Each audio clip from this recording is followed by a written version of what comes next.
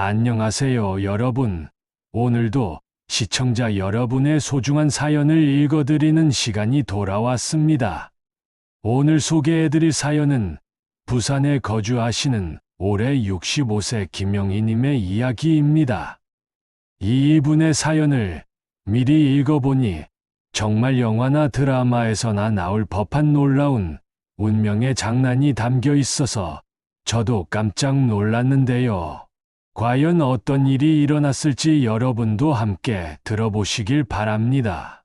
영상을 시청하시기 전에 구독과 좋아요 버튼을 먼저 눌러주시면 정말 감사하겠습니다. 여러분의 작은 관심이 저에게는 큰 힘이 되고 더 좋은 콘텐츠를 만들 수 있는 원동력이 됩니다. 그럼 지금부터 김영희님의 사연을 들어보도록 하겠습니다. 안녕하세요. 저는 부산에 사는 65세 김영희라고 합니다. 제가 오늘 이렇게 사연을 보내게 된 건 정말 믿기 어려운 일이 제 인생에 일어났기 때문입니다. 사실 이런 일이 실제로 일어날 수 있는 건지 지금도 꿈만 같고 어떻게 받아들여야 할지 모르겠어서 이렇게 사연을 보내게 되었습니다. 저는 올해로 결혼한 지 40년이 되었습니다. 남편과는 중매로 만나서 결혼했고 슬하에 아들 하나를 두고 있습니다. 그동안 평범하고 조용한 가정을 꾸려왔다고 생각했는데 지난달에 정말 상상도 못했던 일이 벌어졌습니다. 저희 아들이 올해 32살인데 작년부터 사귀던 여자친구가 있다며 결혼을 하겠다고 했습니다. 저와 남편도 아들이 이제 나이가 있으니 빨리 좋은 사람 만나서 결혼했으면 하는 마음이었기 때문에 흔쾌히 승낙했습니다. 그래서 지난달에 양가 부모님이 만나는 자리를 마련했는데 그날이 제 인생에서 가장 충격적인 날이 되었습니다. 약속 장소인 호텔 레스토랑에 도착해서 며느리 될 아이와 인사를 나누고 있는데 갑자기 안녕하세요. 저희가 신부 아버지입니다라는 목소리가 들렸습니다. 그 목소리를 듣는 순간 저는 온몸이 얼어붙는 것 같았습니다. 45년 전, 그러니까 제가 20살이었을 때 들었던 그 목소리와 똑같았거든요. 천천히 고개를 돌려 그 사람을 보는 순간 정말 세상이 무너지는 것 같았습니다. 그 사람은 제 첫사랑이었던 박민수였습니다. 45년 만에 다시 만난 그는 세월의 흔적이 느껴지긴 했지만 여전히 제가 기억하는 그 모습이었습니다. 그리고 그의 얼굴에서도 저를 알아보는 표정을 확인할 수 있었습니다. 그 순간부터 식사 내내 저는 제대로 된 말을 한마디도 할 수 없었습니다. 다행히 남편과 며느리 될 아이, 그리고 그의 부인은 아무것도 눈치채지 못한 것 같았지만 박민수 씨와 저는 계속 서로를 의식하며 어색한 시간을 보냈습니다. 제가 박민수를 처음 만난 건 제가 고등학교 3학년이었을 때입니다. 당시 저희 집 근처에 있던 서점에서 아르바이트를 하고 있었는데 그곳에 대학생이던 박민수가 자주 왔습니다. 처음에는 그냥 손님 중 한 명이었는데 어느 날부터 저에게 말을 걸기 시작했고 자연스럽게 가까워졌습니다. 그때 박민수는 제가 만나본 사람 중에 가장 지적이고 멋있는 사람이었습니다. 대학교에서 문학을 전공하고 있었고 항상 책을 들고 다니며 저에게 좋은 책들을 추천해 주기도 했습니다. 저는 그런 그에게 완전히 빠져들었고 그도 저를 좋아한다는 걸 느낄 수 있었습니다. 하지만 그때는 지금과 달리 자유연애가 쉽지 않던 시절이었습니다. 특히 저희 집은 굉장히 보수적이어서 딸이 남자와 만나는 것을 절대 허락하지 않았습니다. 그래서 저희는 몰래 만날 수밖에 없었고 항상 들킬까봐 조마조마했습니다. 약 1년 정도 그렇게 만나다가 결국 아버지께 들키고 말았습니다. 아버지는 펄펄 뛰시며 저를 집에 가둬버렸고 박민수에게는 다시는 제 앞에 나타나지 말라고 하셨습니다. 그때 박민수는 정식으로 결혼을 전제로 사귀고 싶다고 말씀드렸지만 아버지는 대학생 주제에 무슨 결혼이냐, 공부나 제대로 하고 와라며 완전히 거절하셨습니다. 그 후로 저는 거의 한 달 동안 집에만 있어야 했고 박민수와는 연락할 방법도 없었습니다. 그러다가 어느 날 어머니가 몰래 편지 한 통을 주셨는데 그것이 박민수가 마지막으로 보낸 편지였습니다. 그 편지에는 이런 내용이 적혀 있었습니다. 영희야, 미안하다. 내가 너무 성급했나 보다. 내 아버지 말씀이 맞다. 나는 아직 너를 책임질 능력이 없다. 하지만 언젠가는 반드시 돌아와서 너와 정식으로 결혼하겠다. 그때까지 조금만 기다려 달라. 나는 열심히 공부해서 좋은 직장을 구하고 내 부모님께 인정받을 수 있는 사람이 되어 돌아오겠다. 그 편지를 받고 저는 며칠 동안 울기만 했습니다. 하지만 그를 믿고 기다리기로 했습니다. 그가 약속한 대로 언젠가는 돌아와서 저를 찾아올 거라고 생각했거든요. 하지만 한 달이 지나고 2달이 지나고 반년이 지나도 그에게서는 아무런 소식이 없었습니다. 저는 매일매일 그를 기다렸지만 시간이 갈수록 희망은 점점 사라져갔습니다. 그러던 중 제가 20살이 되던 해 부모님께서 중매를 주선하셨습니다. 지금의 남편이었죠. 처음에는 거절했지만 부모님의 강요와 박민수에 대한 기다림이 점점 무의미하게 느껴져서 결국 결혼을 하게 되었습니다. 결혼 후에는 박민수에 대한 생각을 억지로 지우려고 노력했습니다. 남편도 좋은 사람이었고 저를 잘 대해줬기 때문에 점점 일상에 적응해 갔습니다. 아들이 태어나고 아이를 키우면서 바쁘게 살다 보니 어느새 40년이라는 세월이 흘렀습니다. 물론 가끔씩 박민수가 생각나는 순간들이 있었습니다. 특히 아들이 대학에 들어갔을 때나 결혼 정년기가 되었을 때는 더욱 그랬습니다. 그 사람은 지금 어디서 무엇을 하고 있을까? 나와의 약속을 기억하고 있을까 하는 생각들이 가끔 머릿속을 스쳐 지나갔지만 그저 과거의 일로만 여기고 살아왔습니다. 그런데 이렇게 45년 만에 다시 만나게 될 줄은 꿈에도 생각하지 못했습니다. 그것도 제 아들의 장인어른으로 말이죠. 그날 식사를 마치고 집에 돌아온 후 저는 며칠 동안 제대로 잠을 이루지 못했습니다.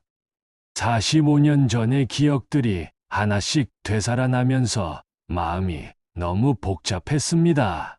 그리고 무엇보다 남편에게 미안한 마음이 들었습니다. 40년 동안 저를 사랑해주고 가정을 지켜준 남편이 있는데 옛사랑에 대한 감정이 다시 일어나는 제 자신이 너무 죄송스러웠습니다. 며칠 후 아들이 결혼 준비 때문에 양가 부모님이 다시 한번 만나자고 했습니다. 이번에는 웨딩홀을 보러 가는 자리였는데 저는 정말 가기 싫었습니다. 하지만 아들의 결혼일이니 어쩔 수 없이 참석해야 했습니다. 두 번째 만남에서도 박민수와 저는 서로를 의식하면서도 평범한 척 연기해야 했습니다. 하지만 이번에는 조금 다른 일이 일어났습니다. 웨딩홀을 둘러보는 동안 잠깐 다른 사람들과 떨어져 있게 되었는데 박민수가 조용히 제게 다가와서 잠깐 이야기할 수 있을까요? 라고 말했습니다. 저는 당황했지만 거절할 수도 없어서 조용한 곳으로 따라갔습니다. 그리고 그곳에서 45년 만에 나눈 우리의 첫 대화는 정말 잊을 수 없을 것 같습니다. 박민수는 먼저 정말 오랜만이네요 라고 말했습니다. 저는 네, 정말 오랜만이에요 라고 대답했지만 목소리가 떨렸습니다. 그러더니 그가 그동안 잘 지내셨나요? 행복하셨나요? 라고 물었습니다. 저는 네, 덕분에 잘 지냈습니다. 민수 씨도 행복하게 사셨겠죠? 라고 대답했습니다. 그러자 그가 잠깐 침묵하더니 사실 지난 45년 동안 하루도 당신을 잊은 적이 없었습니다. 라고 말했습니다. 그 말을 듣는 순간 저는 눈물이 날 것 같았습니다. 하지만 참았습니다. 이런 감정을 드러내면 안 된다고 생각했거든요. 박민수는 계속해서 자신의 이야기를 들려주었습니다. 그 후 2년 동안 열심히 공부해서 좋은 직장을 구한 후 저를 찾아왔었다고 했습니다. 하지만 그때 이미 저는 결혼을 한 후였고, 저희 집 사람들은 제가 행복하게 살고 있으니 방해하지 말라고 했답니다. 그 말을 듣고 저는 정말 충격을 받았습니다. 그가 약속대로 돌아왔었다니요. 하지만 그때는 이미 모든 것이 늦었던 거죠. 박민수는 그 후 부모님의 권유로 지금의 부인과 결혼했고, 딸 하나를 두며 나름대로 행복하게 살아왔다고 했습니다. 하지만 마음 한구석에는 항상 저에 대한 그리움이 있었다고 고백했습니다. 그리고 마지막에 이런 말을 했습니다. 이렇게 다시 만난 것도 운명인 것 같습니다. 우리 아이들이 결혼하면 우리도 자주 만나게 될 텐데, 과거는 과거대로 묻어두고 좋은 사돈으로 지내면 좋겠습니다. 저는 그 말에 고개를 끄덕이며, 네, 저도 그렇게 생각합니다. 라고 대답했습니다. 하지만 속마음으로는 정말 그렇게 할 수 있을지 확신이 서지 않았습니다. 그 후로 아들의 결혼 준비 때문에 박민수와 몇 번 더 만났습니다. 예식장 계약, 혼수 준비, 청첩장, 제작 등 해야 할 일들이 많았거든요. 그때마다 우리는 정말 평범한 사돈 사이인 것처럼 행동했지만 서로를 의식하고 있다는 것을 느낄 수 있었습니다. 특히 청첩장에 들어갈 글귀를 정하는 자리에서는 정말 묘한 기분이 들었습니다. 두 사람이 만나 하나가 되는 아름다운 날이라는 문구를 보면서 45년 전 우리도 그런 날을 꿈꿨었다는 생각이 들었거든요. 그리고 드디어 결혼식 날이 되었습니다. 아들이 결혼하는 날이니 기뻐해야 했지만 복잡한 감정 때문에 온전히 기뻐할 수가 없었습니다. 결혼식장에서 박민수 부부와 나란히 앉아 있으면서 이상하게도 마치 우리가 함께 이 순간을 만들어낸 것 같은 느낌이 들었습니다. 아들과 며느리가 서로 사랑한다고 맹세하는 모습을 보면서 저는 45년 전 우리의 모습을 떠올렸습니다. 만약 그때 우리가 부모님의 반대를 무릅쓰고 끝까지 사랑을 지켜냈다면 어떻게 되었을까 하는 생각도 들었습니다. 결혼식이 끝나고 피로연을 하는 동안 박민수가 저에게 조용히 다가와서 오늘 정말 좋은 날이네요. 우리 아이들이 행복하게 살았으면 좋겠습니다. 라고 말했습니다. 저도 네, 정말 그래요. 라고 대답했습니다. 그런데 그때 그가 갑자기 사실 오늘 이 순간이 45년 전 우리가 꿈꿨던 모습과 비슷하다는 생각이 듭니다. 비록 우리가 주인공은 아니지만 우리의 사랑이 이렇게 다른 형태로 이어진 것 같아서 기분이 묘합니다. 라고 말했습니다. 그 말을 듣고 저는 정말 울컥했습니다. 그 사람도 저와 같은 마음이었구나 하는 생각이 들었거든요. 결혼식 후에는 한동안 조용했습니다. 신혼여행을 다녀온 아들 부부가 각자의 일상으로 돌아갔고, 저희도 평소처럼 지냈습니다. 하지만 마음 한편으로는 계속 박민수 생각이 났습니다. 그러던 중 한 달 후쯤 며느리가 임신 소식을 알려왔습니다. 정말 기쁜 소식이었지만 동시에 이제 박민수와 더 자주 만나게 될 거라는 생각이 들어서 복잡했습니다.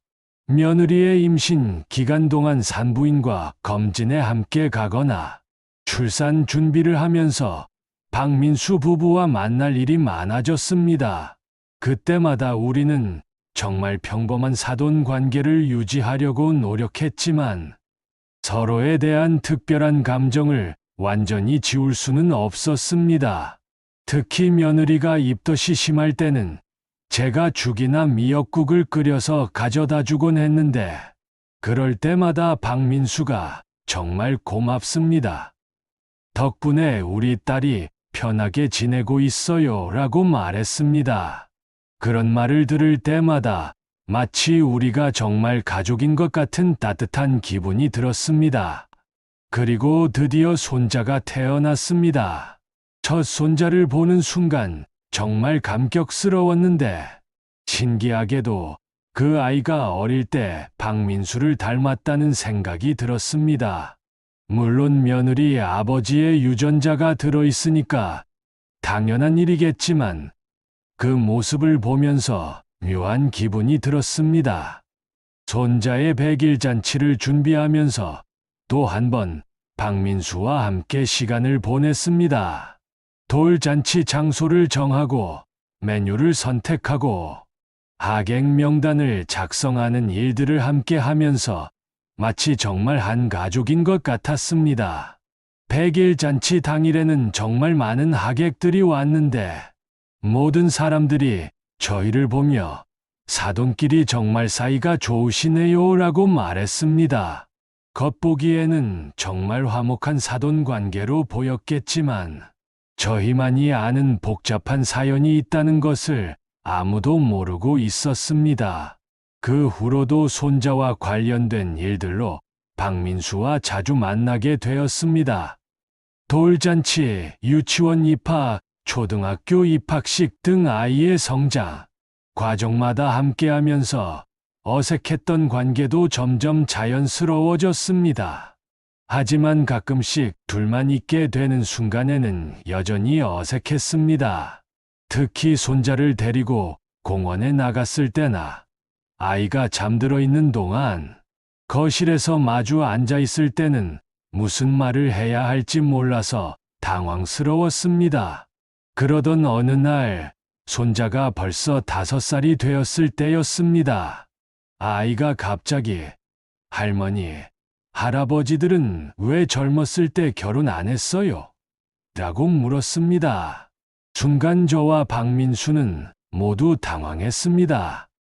아이는 순수한 마음으로 물어본 것 같았지만 저희에게는 정말 날카로운 질문이었습니다. 박민수가 할아버지는 할머니보다 나이가 많아서 먼저 다른 할머니랑 결혼했고 나중에 우리 할머니도 다른 할아버지랑 결혼한 거야 라고 설명했습니다. 그 설명을 들으면서 저는 가슴이 답답했습니다. 사실 우리가 먼저 만났고 사랑했었다는 것을 아이는 모르고 있으니까요. 지금 손자는 벌써 초등학교 2학년이 되었습니다. 그 사이 저희 사돈 관계도 많이 편해졌고 이제는 정말 가족 같은 느낌으로 지내고 있습니다. 하지만 여전히 박민수를 볼 때마다 복잡한 감정이 듭니다. 남편에게는 아직까지 이 사실을 말하지 못했습니다. 40년 넘게 저를 믿고 사랑해준 남편에게 어떻게 말할 수 있겠어요? 더구나 이제 와서 말한다고 해서 달라질 것도 없고 오히려 상처만 줄 것 같아서 계속 혼자만 알고 있습니다. 박민수의 부인도 우리 사이의 과거를 모르는 것 같습니다. 가끔 우리 남편이 사모님을 정말 좋아하는 것 같아요. 사돈 사이에 이렇게 마음이 잘 맞는 경우도 드물다고 하네요. 라고 말할 때면 정말 미안한 마음이 듭니다. 요즘은 손자 때문에 더 자주 만나게 되는데 아이가 학교에서 무슨 일이 있을 때마다 양가 할머니, 할아버지가 모두 참석해야 하는 일들이 생기거든요. 운동회, 학예회, 부모 참관 수업 등등 정말 많습니다. 그런 자리에서 다른 학부모들이 저희를 보며 정말 화목한 가족이시네요 라고 말할 때마다 복잡한 기분이 듭니다. 겉보기에는 정말 그렇게 보이겠지만 저와 박민수 사이에는 아무도 모르는 특별한 사연이 있으니까요. 얼마 전에는 정말 당황스러운 일이 있었습니다. 손자의 담임 선생님이 할머니, 할아버지들이 젊었을 때 어떻게 만나셨는지 궁금해요. 정말 사이가 좋으시는 것 같아서요. 라고 물어보신 거예요. 그때 박민수가 재빨리 우리는 아이들 결혼하면서 처음 만났는데 성격이 잘 맞아서 금세 가까워졌어요. 라고 대답했습니다. 거짓말은 아니지만 전부는 아닌 대답이었죠. 그런 순간들이 계속 반복되면서 저는 점점 더 혼란스러워졌습니다. 이런 관계를 계속 유지해도 되는 건지 아니면 어떻게든 정리해야 하는 건지 모르겠어요. 특히 최근에 들어서는 박민수가 가끔 저를 바라보는 눈빛이 예전과 다르다는 느낌이 들 때가 있습니다. 45년이 지났지만 여전히 저에 대한 특별한 감정이 남아있는 것 같아요. 저도 마찬가지고요. 하지만 지금 우리는 모두 가정이 있고 손자까지 있는 상황입니다. 이런 감정을 가지고 있다는 것 자체가 가족들에게 미안하고 무엇보다 손자에게 좋지 않은 영향을 줄까봐 걱정됩니다. 그래서 요즘은 정말 어떻게 해야 할지 모르겠어서 이렇게 사연을 보내게 되었습니다. 45년 만에 다시 만난 첫사랑, 그것도 사돈 관계로 만나게 된 이 상황을 어떻게 받아들이고 정리해야 할지 정말 모르겠습니다. 나이가 들어서 이런 감정을 가지는 것이 우스꽝스럽게 느껴질 때도 있지만 마음이란 게 나이와 상관없이 움직이는 것 같아요. 하지만 현실적으로 생각하면 이 모든 것을 마음속에만 묻어두고 살아야 하는 것 같습니다. 다만 한 가지 다행인 것은 우리 아들과 며느리가 정말 행복하게 살고 있다는 것입니다. 그리고 손자도 건강하게 잘 자라고 있고요. 어쩌면 우리의 과거 사랑이 이런 식으로라도 결실을 맺은 것일지도 모르겠어요. 요즘은 가끔 혼자 있을 때 45년 전의 일들을 떠올려 봅니다. 만약 그때 우리가 부모님의 반대를 무릅쓰고 끝까지 사랑을 지켜냈다면 어떻게 되었을까? 정말 행복했을까 하는 생각들 말이에요. 하지만 이제 와서 그런 가정을 해봐야 의미가 없다는 것도 알고 있습니다. 현재 우리 모두 각자의 자리에서 나름대로 행복하게 살아왔고, 특히 우리 때문에 만난 아이들이 정말 사랑하는 사이라는 것이 가장 중요한 것 같아요. 얼마 전에는 며느리가 둘째를 가졌다는 소식을 들었습니다. 또 다른 손자나 손녀가 생길 생각에 정말 기뻤지만 동시에 박민수와 더 자주 만나게 될 거라는 생각에 복잡하기도 했습니다. 하지만 이제는 어느 정도 마음의 정리가 된 것 같습니다. 45년 전의 사랑은 아름다운 추억으로 간직하고 현재는 좋은 사돈 관계로 지내면서 우리 가족들이 행복할 수 있도록 하는 것이 최선인 것 같아요. 가끔 박민수와 눈이 마주칠 때마다 예전의 감정이 올라오기도 하지만, 이제는 그런 감정도 자연스럽게 받아들일 수 있을 것 같습니다. 어쩌면 이것도 하나의 운명이고 우리에게 주어진 숙제인지도 모르겠어요. 앞으로도 손자, 손녀들 때문에 박민수와 오랫동안 만나게 될 텐데 서로에게 상처가 되지 않도록 조심스럽게 관계를 유지해 나가려고 합니다. 그리고 무엇보다 우리 가족들이 행복할 수 있도록 뒷받침하는 역할을 잘 해내고 싶어요. 이런 제 사연을 들어주셔서 정말 감사합니다. 아무에게도 말할 수 없었던 이야기를 이렇게라도 털어놓으니까 마음이 한결 가벼워진 것 같아요. 앞으로는 과거에 얽매이지 않고 현재에 충실하면서 살아가려고 합니다. 여기까지가 부산에 거주하시는 김명희님의 사연이었습니다. 정말 영화나 소설에서나 나올 법한 놀라운 이야기였는데요. 실제로 이런 일이 일어날 수 있다는 것이 참 신기하기도 하고 운명의 묘함을 느끼게 해주는 사연이었습니다. 김영희님의 이야기를 들으면서 몇 가지 생각이 들었는데요. 첫째는 인생이라는 것이 정말 예측할 수 없다는 것입니다. 45년 전에 헤어진 첫사랑을 아들의 장인어른으로 다시 만나게 될 줄 누가 상상이나 했겠어요.